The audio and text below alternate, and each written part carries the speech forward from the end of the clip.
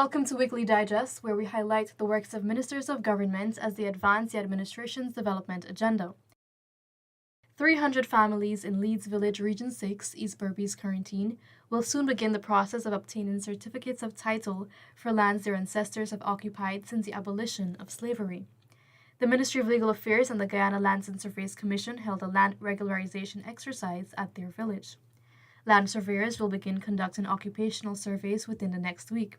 This process is expected to take approximately 90 days. We started with cotton tree, and we are going to do numbers 1, 2, 3, 4, and 5. That's thousands of titles we will be issuing to people who have been in occupation of those lands since the abolition of slavery and since the abolition of the indenture system without a title. He underlined that the certificate of title is a stronger and more secure form of legal ownership. It can only be set aside on the grounds of fraud, whereas a transport can be extinguished if someone occupies the land for 12 to 14 years. The Ministry of Labour presented awards to 8 winners of its child labour poster art competition.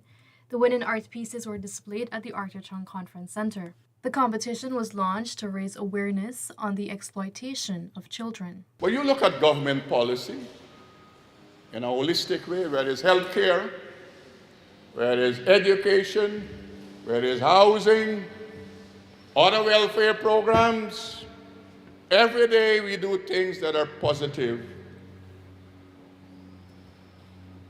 so that Guyanese can develop themselves.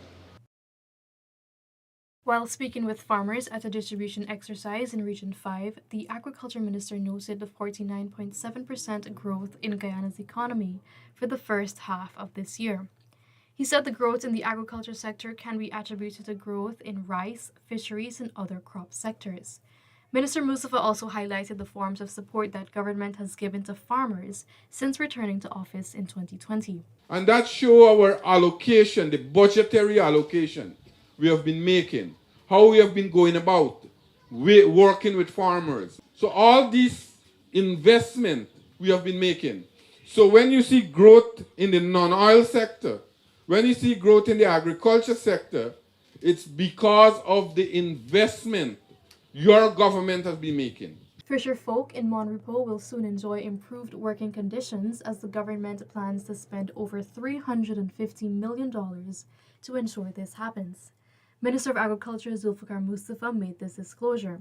This intervention stems from a previous visit to the area by President Dr. Mohammed Irfan Ali. Over $350 million will be expended to enhance your landing site.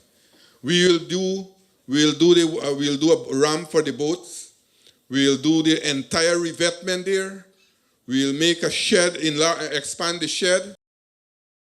40 residents of the Endrat East Coast Demerara received titles for lands they have been occupying for decades. This is the conclusion of the regularization exercise for Plantation de Endrat, also called Monrepo North.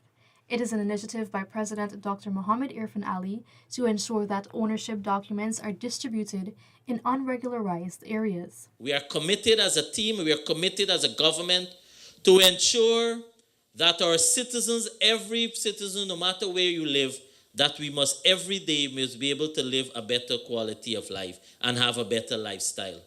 And in that, in the housing sector means, in addition to making opportunities for home ownership, is also about ensuring that persons are able to sign for their agreement and their title, subsequently receive their document. Guyana's 4th Energy Conference and Supply Chain Expo has been launched to showcase the socio-economic and cultural strengths of the nation. Themed Connecting the Dots, Integrating the Future.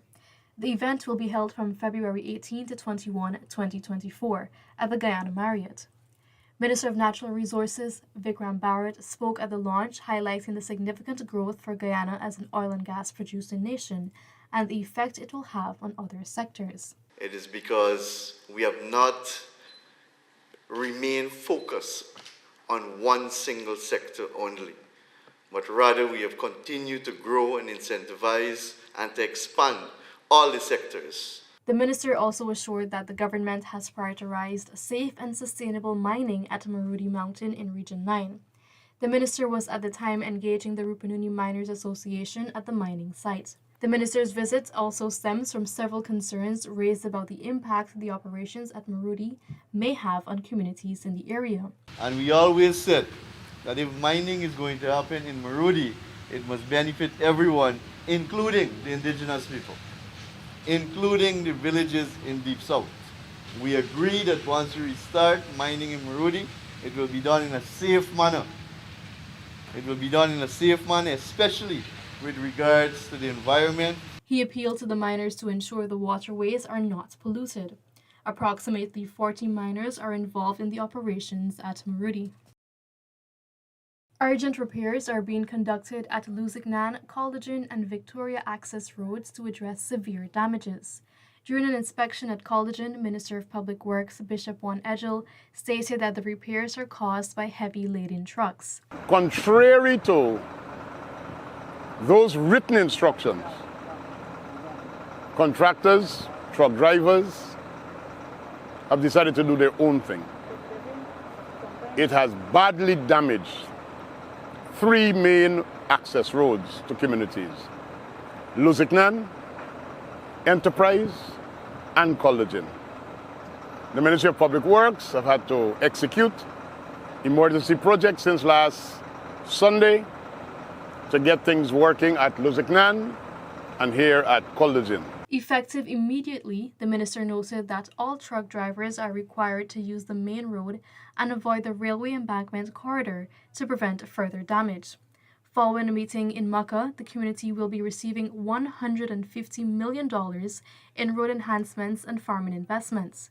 This is in addition to the $400 million President Dr. Mohammed Irfan Ali pledged towards their road infrastructure earlier in the year. Minister of Agriculture Zulfikar Mustafa, Minister of Local Government and Regional Development Sonia Parag, Minister within the Office of the Prime Minister with responsibility for public affairs Kwame McCoy, and a minister in the Ministry of Public Works Deodat Indar made the announcement. The $150 million will extend Nelson Street and upgrade a network of roads in Plantation Prosperity, among other enhancements. For us to be successful, you, the farmers, have to be successful. That is why we are making these kinds of allocation, making these kinds of intervention to you. It is not going to all happen one day. Every single thing that you need. It's going to take phases and it's going to take incremental steps.